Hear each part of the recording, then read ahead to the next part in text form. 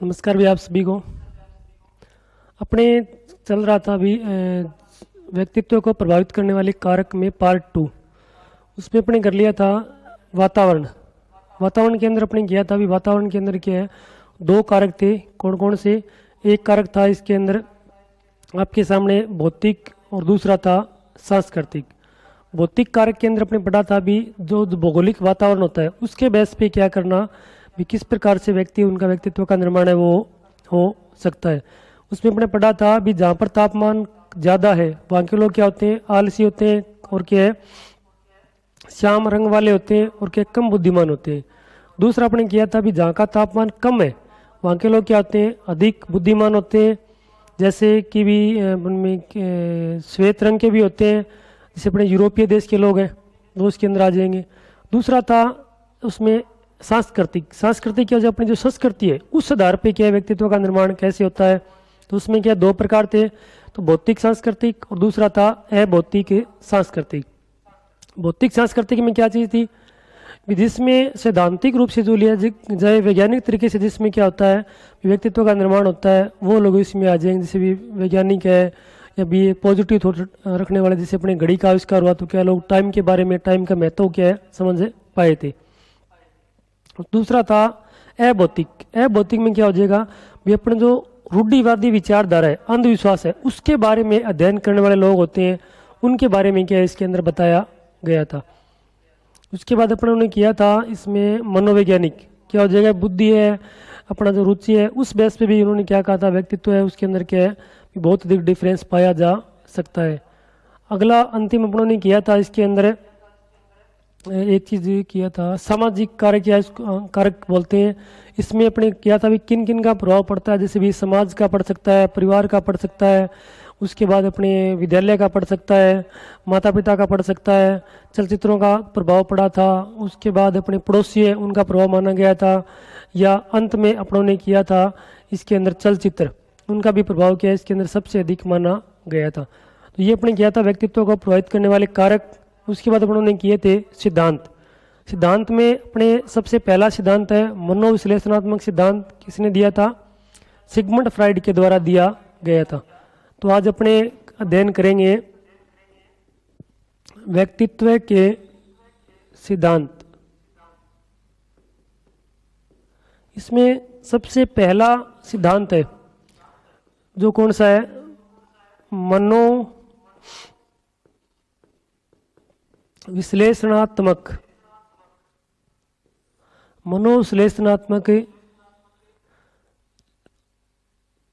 सिद्धांत है, वो दिया गया था सिगमंड फ्राइड।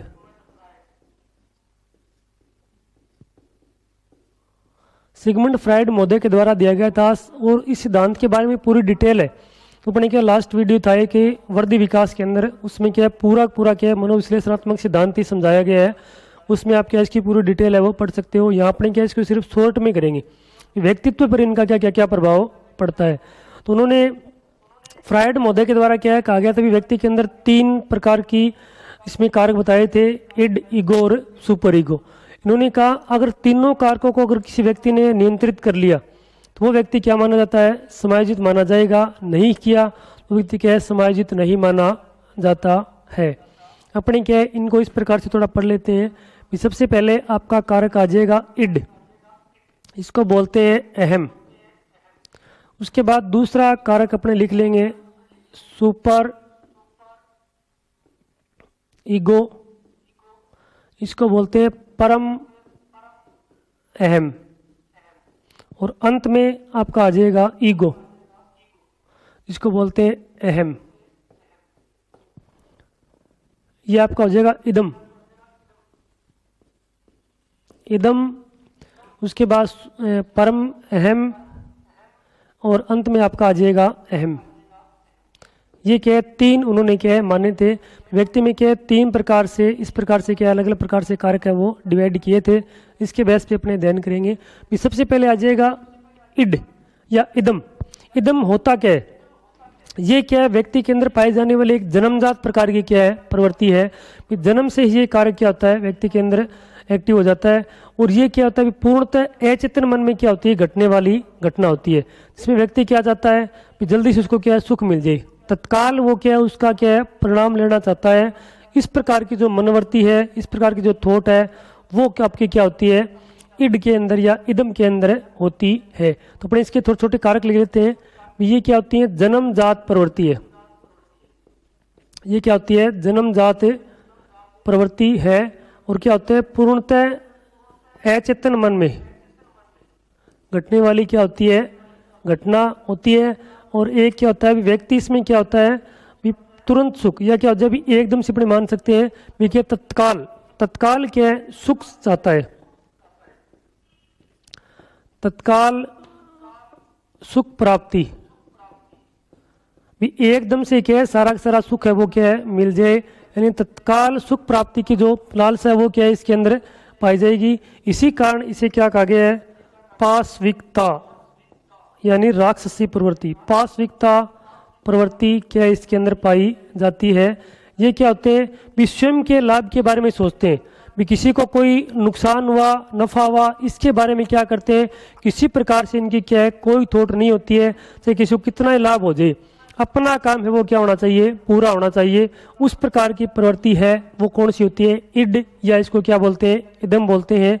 व्यक्ति कहीं जा रहा होता है और उसके बाद अगर उसको किसी चीज़ की जरूरत है तो वो क्या उसकी चोरी कर सकता है, उसको क्या उसकी जरूरत है, उसमें वो क्या सोचेगा कि सिर्फ और सिर्फ क्या है, मेरी क्या है, इनसे आपूर्ति हो जाए, तत्काल क्या है, सुख की प्राप्ति हो जाए, उसके बाद क्या है, चाहे कुछ भी करना पड़े, वो प्रवृत्ति होती है, वो क्या होती है, इड, या इसको क्या बोलते हैं, इदम भी बोला जाता है।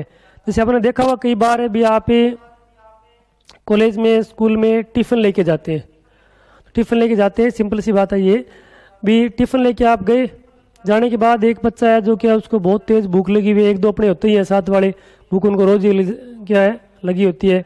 तो उनको भूख अगर तेज लगी हुई है, उसमें क्या करेंगे, वो गेस्ट भी अपना जो मित्र है उसका टिफिन उठाया, बिना ही पूछे उसने क्या खाना खा लिया, क्योंकि उस समय उसकी जरूरत क्या थी, खाने की थी। आगे क्या होगा क्या नहीं होगा उसके बारे में उसने क्या है, बिल्कुल भी नहीं सोचा। वो कौन सी आ जाएगी, ये प्रवृत्ति आ जाएगी। एक छोटा बालक है, वो क्या है, होटल पे जा रहा होता है, होटल पे जाने के बाद क्या है, उसको बहुत अधिक तेज भूख लगी हुई है, तो वो क्या करेगा, पहले मिठाई मांग सकता है, मांगने से नहीं मिली तो उसके बाद क्या है, वो उसको लेके भी क्या है, भाग सकता है। क्यों भाग सकता है, क्योंकि उसके अंदर क्या, जो भूख के चालक है वो क्या है, बहुत अधिक क्या है, तीव्र है।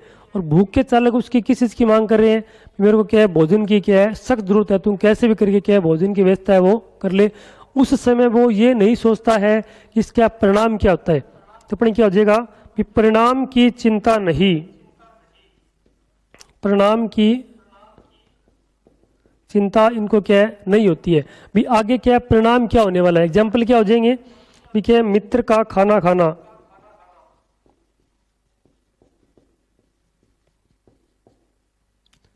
मित्र का क्या है, खाना खाना क्या है, बिना बताए, ये हो जाएगा। या आपने कई बार देखा होगा, एक जैसे कई जो नशेड़ी लोग होते हैं, नशेड़ी लोग होते हैं, उनका क्या क्या होता है, नशा करना होता है। तो नशा करने के लिए क्या घरवाले आपको सभी भी मना करते हैं, सिंपल सी बात है, घरवाले क्या करेंगे, मना करेंगे। घरवाले आपको क्या बार बार क्या करें, मना करें भी आप नशा मत कीजिए मत कीजिए। तो क्या भी 1 2 3 4 टाइम तो आपको शायद पैसे मिल जाएंगे, पैसे आपको दे भी देंगे, लेकिन उसके बाद क्या हो जाएगा भी, आपको पैसे मिलने क्या हो जाएंगे, बंद हो जाते हैं। जैसे ही आपको पैसे मिलने बंद हुए तो आप क्या करोगे, चोरी करेंगे। अपने क्या चोरी करते हैं, घर से कोई सामान उठाया, ले गए और ले गए, तो उसमें आप ये नहीं सोच रहे हो कि चोरी करने के बाद आपका क्या है, क्या फल मिलने वाला है, क्या नुकसान होने वाला है। वो सारी बात न सोचते हुए अपने क्या है, चोरी ही करते हैं। तो वो चीज़ अपनी क्या होती है, इड प्रकार की होती है। एक नशेड़ी के द्वारा घर में क्या है, बिना कुछ बताए घर का सामान ले जाके बेच देना और नशे की आपूर्ति करना, किसके अंदर आ जाएगा, इड प्रवृत्ति के अंदर आ जाएगा। उसके बाद दूसरी आपकी प्रवृत्ति होती है सुपर ईगो।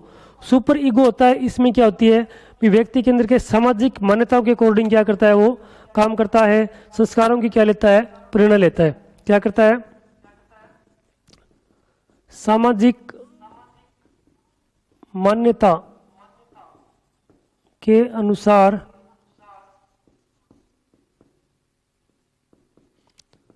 के अनुसार कार्य करता है।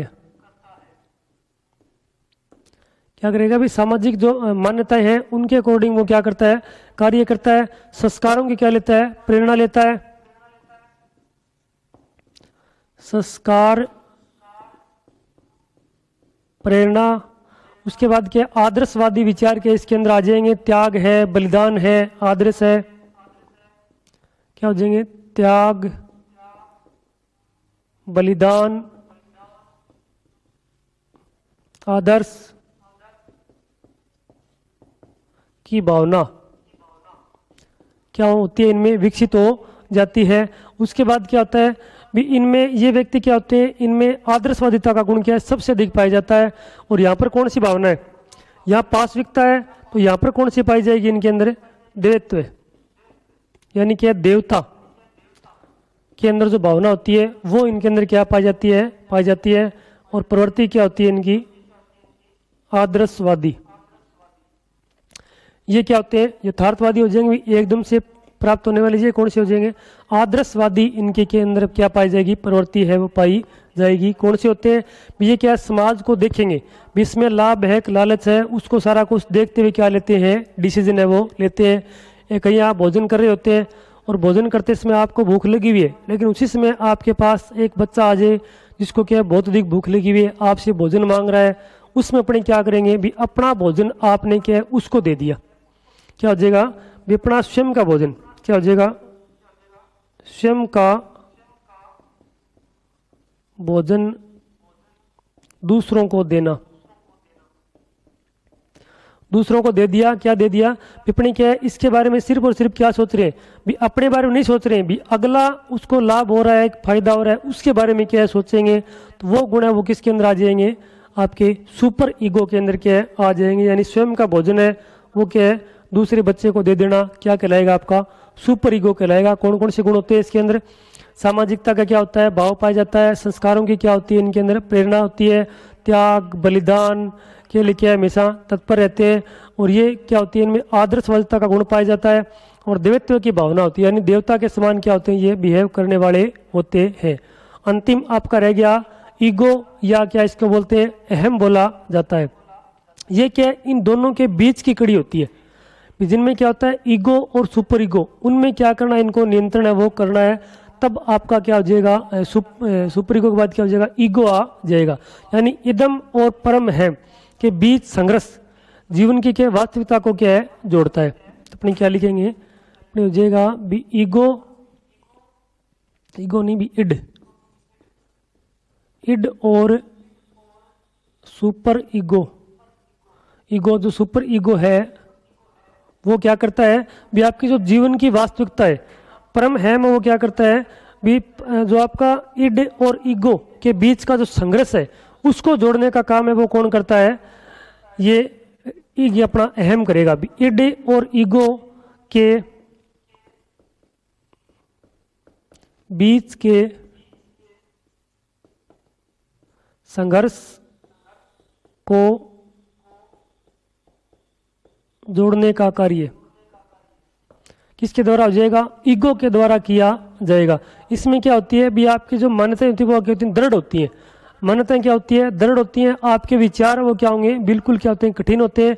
और समायोजन करने में क्या होते हैं, सबसे अधिक है सफल होने वाले होते हैं। अहम क्या होता है, दृढ़ होता है, क्रियाशील होता है, एक्टिव रहने वाले होते हैं। और इनमें सबसे बड़ा गुण कौन सा पाया जाएगा, समायोजन का। भी समायोजन क्या होता है, सर्वाधिक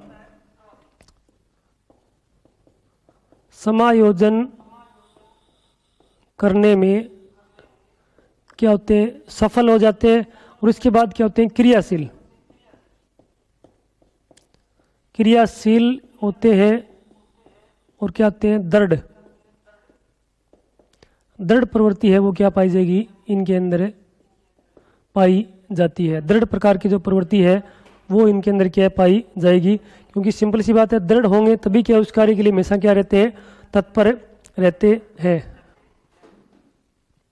तो सबसे बढ़िया कौन सा हो जाएगा, अहम वाला हो जाएगा। क्योंकि इन दोनों के बीच की क्या होती है, कंडीशन होती है। जैसे अपने कोई कार्य होता है भी, उसके लिए अपने क्या जाएंगे, शादी के अंदर कहीं नहीं बुलाया, तो उसके बाद क्या है, उसका क्या होता है भी, एक रीजन होता है। आपने वो कार्य नहीं भी किया, उसके बाद भी अपने क्या करेंगे, उस कार्य को क्या करते हैं वर्तमान कंडीशन के अंदर भी क्या करते हैं, वर्तमान के बारे में सोचता है,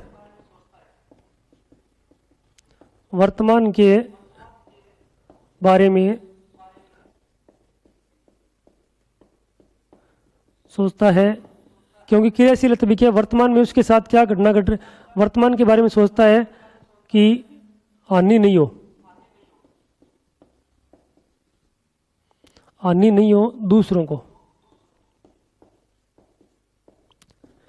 ये क्या है भी दूसरों के बारे में वो सोचेगा भी क्या है, खुद के बारे में सोचेगा, उसके बाद क्या है भी दूसरों का भी, अपना खुद का तो उसको लाभ करना ही करना है, लेकिन उसके एवज में क्या है दूसरों को हानि नहीं हो। यहाँ पर देखो दूसरों को हानि किए बगैर के अपनी क्या कर रहा है, आपूर्ति कर रहा है, लेकिन यहाँ वो क्या कर देगा भी अपनी इच्छापूर्ति तो करने की कोशिश करेगा, लेकिन उसमें ध्यान क्या रखना है भी हानि नहीं हो दूसरों को, दूसरों को किसी प्रकार का क्या लॉस नहीं होता है, उस प्रकार का जो होता है उसको अपन क्या बोलते हैं ईगो बोला जाता है। तो मनोविश्लेषणात्मक सिद्धांत किसने दिया था, यहाँ पर सिगमंड फ्राइड के द्वारा दिया गया था। इसने क्या कहा था भी 3 प्रकार की प्रवृत्तियां बताई थी, कौन कौन सी, इड, ईगो और सुपर ईगो।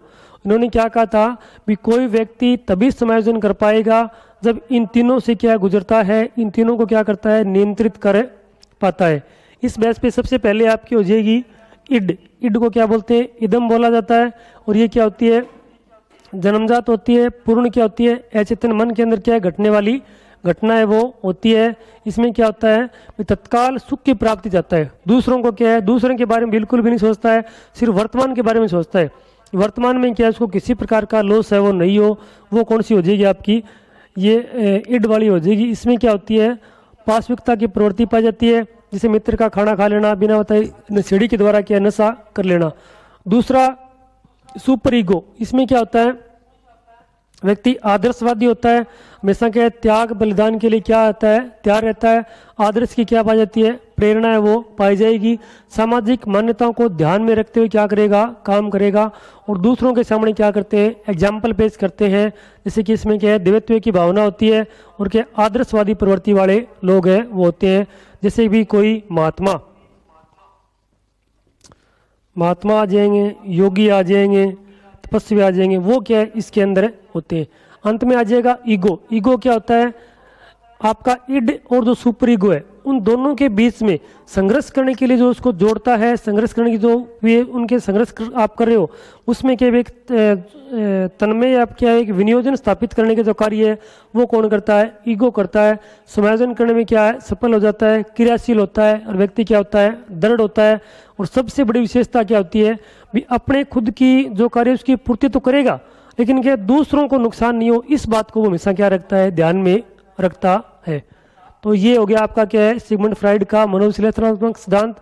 अभी आप इसका स्क्रीनशॉट लीजिए, उसके बाद आगे बढ़ा करते हैं।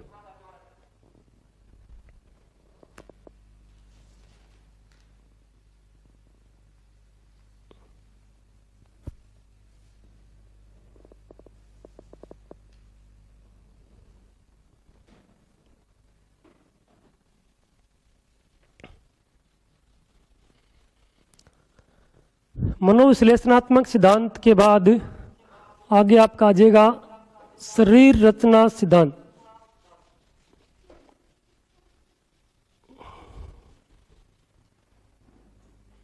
दूसरा आपका सिद्धांत है शरीर रचना।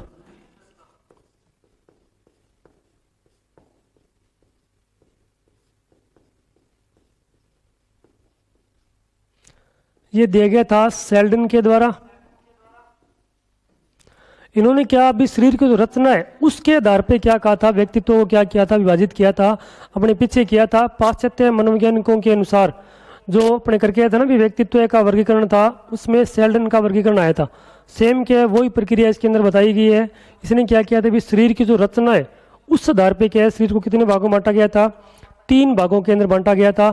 सबसे पहला भाग कौन सा हो जाएगा, सिर्फ अपने भाग लिखेंगे। सबसे पहला भाग इसमें कौन सा था आपके सामने याद आ रहा तो गोलाकृति बोलते हैं, एंडोमार्फिक बोलते हैं, और क्या बोलते हैं मिश्रोटोनिया बोला जाता है। गोलाकृति बोलते हैं, इसको क्या बोलते हैं एंडोमार्फिक। एंडोमार्फिक बोला जाता है। दूसरा इसका नाम क्या था मिश्रोटोनिया। उसके बाद आपका आ जाएगा 2 नंबर। 2 नंबर पे गोल आ गया, गोल के बाद कौन आएगा? आयत। क्या बोलते हैं? आयताकृति बोला जाता है, मिसोमार्फिक बोलते हैं, और इसको बोलते हैं सोमेटोनिया। तो आयताकृति, उसके बाद इसका अगला नाम हो जाएगा मिसोमार्फिक। सिर्फ भी नाम याद रखा करो, मिसोमार्फिक। और अगला आ जाएगा आपका सोमेटोटोनिया, या क्या बोलते हैं इसको? इसको बोलते हैं सोमेटोटोनिया। सोमेटोटोनिया 2 हो गए। उसके बाद तीसरा आपका हो जाएगा, यहां पर आ गया गोल आ गया, आयत आ गया, उसके बाद क्या आ जाएगा? लंबा। लंबा करती, ठीक है, लंबा करती बोलते हैं एंडोमिसो एक्टो, एक्टोमार्फिक, एक्टोमार्फिक बोला जाता है। और यहाँ पर हो गया सोमेटोटोनिया, तो यहाँ पर क्या हो जाएगा? ओनली से आएगा, क्या आ जाएगा? सेरी, सेरीटोनियो, सेरीटोनियो। ये क्या हो जाएंगे? इसके 3 के अलग अलग प्रकार से क्या उन्होंने बांटा था। उन्होंने कहा था कोई भी व्यक्ति है, उसकी शरीर की रचना है, उस आधार पे क्या उसके व्यक्तित्व का निर्माण है वो होता है। सबसे पहले कौन से आ जाएंगे? गोलाकृति, एंडोमार्फिक, मिसरोटोनिया। ये कौन से लोग होते हैं? जिनका क्या होता है? शरीर या पेट क्या होता है? बाहर निकला होता है, मोटा होता है, हाइट क्या होती है इनकी? कम होती है। और ये क्या होते हैं? समाज में सामाजिक कार्यों के अंदर क्या भाग लेने वाले व्यक्ति होते हैं। लेकिन सबसे बड़ी इनको कमी या इनको क्या दस क्या झेलना पड़ता है कि ये समाज के अंदर क्या होते हैं? हंसी के पात्र बन जाते हैं। भी समाज के लोग क्या करते हैं? इन्हें हंसी खुशी कैसे नहीं रहने देते बेचारों को, बार बार इनके क्या करते हैं? मजाक है वो करते हैं। भोजन प्रिय होते हैं। उसके बाद क्या होते हैं? नींद के क्या होते हैं? शौकीन होते हैं। अपने 1-2 लिख लेते हैं। क्या होते हैं? भोजन प्रिय हो जाएंगे। उसके बाद क्या? निंद्रा प्रिय, अभी क्या है? प्रिय वे, भोजन प्रिय, निंद्रा प्रिय। उसके बाद क्या होती है? पाचन शक्ति क्या होती है? मजबूत होती है, यानी प्लस होती है। उसके बाद क्या? सामाजिक कार्यों में भाग लेते हैं, सामाजिक कार्यकर्ता। और क्या होते हैं? समाज में हंसी के पात्र, हंसी के पात्र होते हैं। तो क्या हो जाएंगी विशेषताएं? क्या होते हैं? भोजन प्रिय होते हैं, निंद्रा प्रिय होते हैं, सामाजिक कार्यों में क्या आते हैं? भाग लेने वाले होते हैं। पाचन शक्ति क्या होती है? मजबूत होती है। समाज में क्या होते हैं? हंसी के पात्र होते हैं। हाइट क्या होती है? कम होती है। पेट क्या होता है इनका? मोटा होता है। उसके बाद आ जाएंगे आयताकृति। आयताकृति, मिसोमार्फिक या क्या है? सोमेटोटोनिया। ये लोग कौन से होते हैं? जो क्या हष्ट पुष्ट होते हैं, जो क्या होते हैं? हष्ट पुष्ट होते हैं, साहसी कार्य में क्या भाग लेने वाले व्यक्ति होते हैं। उसके बाद क्या? समायोजित, समायोजित होते हैं, क्रियाशील भी क्या होते हैं? साहसी होते हैं। उसके बाद क्या है? हष्टपुष्ट होते हैं, समायोजित होते हैं, क्रियाशील होते हैं, जोशीले होते हैं, प्रभुत्ववादी होते हैं, सृजनशील होते हैं। बहुत से कारक है इसके। क्या होते हैं? जोशीले होते हैं, सृजनशील भी क्या है? इनके अंदर गुण है वो पाया जाता है। यानी कि ये कौन से लोग होंगे? जिनकी हाइट और वेट क्या उसके अकॉर्डिंग होता है। जितनी हाइट है उसी हिसाब से इनका क्या होता है? वेट होता है। जोशीले क्या होते हैं? इनके अंदर क्या होती है? एक्टिव रहने वाले बंदे होते हैं, साहसी कार्यों में भाग लेने वाले होते हैं। जैसे विपणे सैनिक है वो इसके अंदर आ जाएंगे। क्रियाशील हमेशा क्या रहेंगे? एक्टिव रहेंगे। और क्या रहते हैं? भी हर किसी कार्य के अंदर क्या है? समायोजन करने वाले व्यक्ति क्या है? इसी के अंदर आ जाएंगे। अंत में कौन सा आ जाएगा? लंबा करती, एक्टोमार्फिक। ये क्या होते हैं? चिड़चिड़े, चिड़चिड़े होते हैं। उसके बाद क्या होते हैं? एकांतवासी होते हैं। क्रोधी प्रवृत्ति वाले लोग भी क्या है? इसी के अंदर आ जाएंगे। और क्या होते हैं? अति संवेदनशील भी होते हैं और स्व जागरूक होते हैं। स्व जागरूक होते हैं और क्या होते हैं? अति संवेदनशील।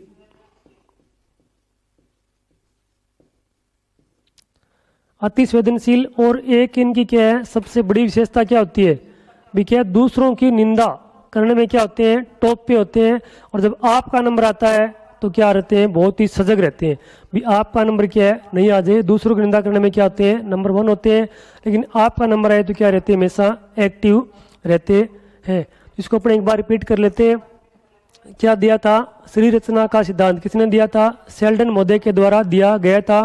इन्होंने क्या बताया था कि जो अपनी बॉडी की संरचना है उसके आधार पर क्या व्यक्तित्व को उन्होंने क्या 3 भागों में बांटा गया था। सबसे पहला भाग था जिसका नाम क्या था, गोलाकृति एंडोमार्फिक, या इसको क्या बोलते हैं, मिस्रोटोनियम बोला जाता है। ये व्यक्ति क्या होते हैं, शरीर क्या होता है इनका, गोल होता है। हाइट क्या होती है, कम होता है। पेट मोटा। पाचन शक्ति क्या होती है, मजबूत होती है। खाना खाने में 1 नंबर होते हैं। नींद लेने में 1 नंबर होते हैं। सामाजिक कार्यों में 1 नंबर होते हैं। लेकिन क्या रहते हैं, कि समाज में हंसी के पात्र होते हैं। दूसरा था आपका आयताकृति मिसोमार्फिक, या इसको क्या बोलते हैं, सोमेटोनिया। हाइट के अनुसार ही क्या होता है, इनका वेट होता है। मोटे ताजे भी होते हैं। कंधे क्या होते हैं, मजबूत होते हैं। साहसिक कार्यों में भाग लेने वाले होते हैं। जोशीले होते हैं। क्रियाशील होते हैं। सृजनशील होते हैं। आदर्शवादी प्रवृत्ति के होते हैं। और क्या है, सैनिक इसके अंदर क्या जाएंगे, खिलाड़ी भी इसके अंदर आ जाएंगे। तीसरा आपके सामने हो जाएगा लंबा करती है, इसको क्या बोलते हैं, एक्टोमार्फिक बोला जाता है। लंबा करती या एक्टोमार्फिक जो, और इसको बोलते हैं सेरिटोनिया। इनकी क्या विशेषता होती है, क्या होती है, लंबाई ज़्यादा होती है। वेट क्या होता है, कम होता है। दुबले पतले होते हैं। चिड़चिड़े होते हैं। क्रोधी होते हैं। स्व जागरूक होते हैं। और क्या होते हैं, अति संवेदनशील होते हैं। सबसे बड़ी विशेषता क्या होती है, खुद की निंदा के प्रति हमेशा क्या रहते हैं, सजग रहते हैं। और दूसरों की कृत करने में क्या है, माहिर होते हैं। तो ये अपना हो गया क्या है, शरीर रचना का सिद्धांत शेल्डन का। और क्या मनोविश्लेषणवादी सिद्धांत सिगमंड फ्राइड का। आज के लिए इतना ही। मिलते हैं नेक्स्ट क्लास में अगले सिद्धांतों के साथ। आज के लिए इतना ही।